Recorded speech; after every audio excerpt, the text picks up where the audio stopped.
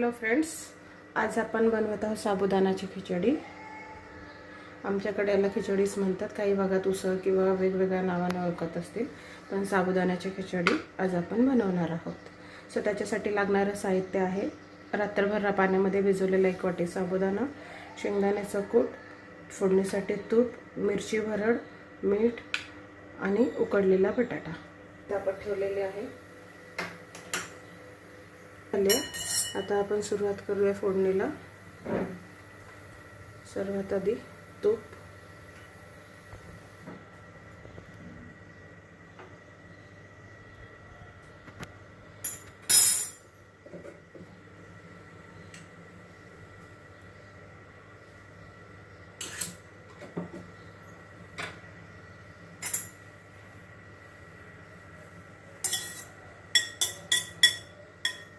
हे आपलं घरचं बनवलेलं तूप आहे मित्रांनो।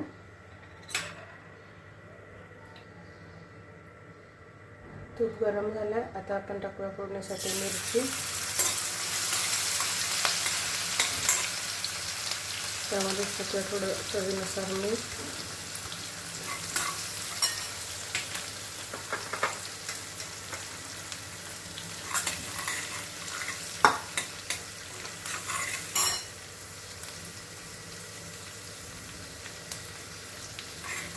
मिरचीला फोडणी बसले मस्त।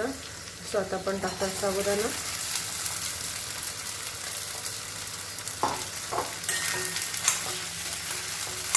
साबुदाणा तुपावर छान परतवून घ्यायचा आहे।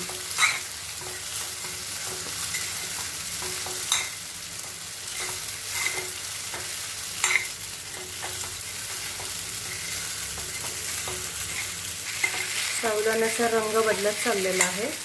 आता आपण याच्यामध्ये ॲड करणार आहोत बटाटा।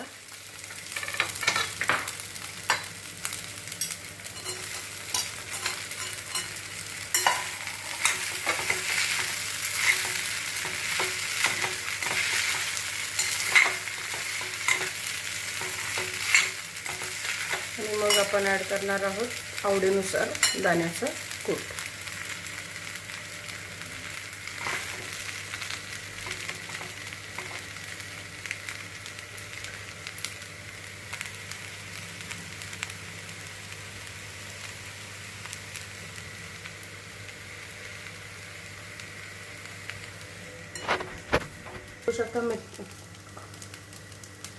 आता बघू शकता साबुदाण्याचा रंग बदलत चाललेला आहे, ट्रान्सपरंट होत चाललेला आहे आणि आपलं साबुदाणा सुद्धा एकदम मोकळा आणि लुसलुशीत दिसत आहे। या स्टेजला आता आपण काय करणार आहोत, एक 5 मिनिटं वाफ घ्यायची आहे। तर आता आपण ठेवूया याच्यावर झाकण आणि घेऊया 4 ते 5 मिनिटं वाफ।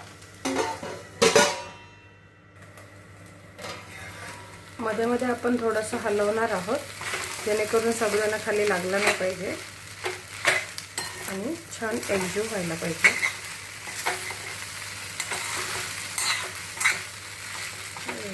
कुठेही आपला साबुदाणा खाली चिकटत नाहीये किंवा काही होत नाही।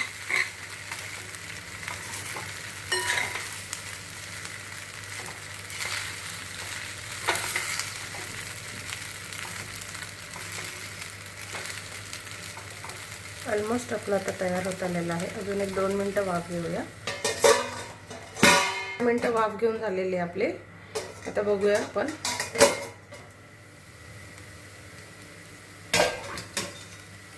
बघू शकता फ्रेंड्स, एकदम मस्त साबुदाणा तयार झालेला आहे। या पद्धतीने एकदा तुम्ही पण ट्राय करून बघा। आवडलं तर नक्की लाईक, शेअर आणि कमेंट करायला विसरू नका। अशाच नवनवीन रेसिपीज बघण्यासाठी आपल्या चॅनलला फॉलो करा।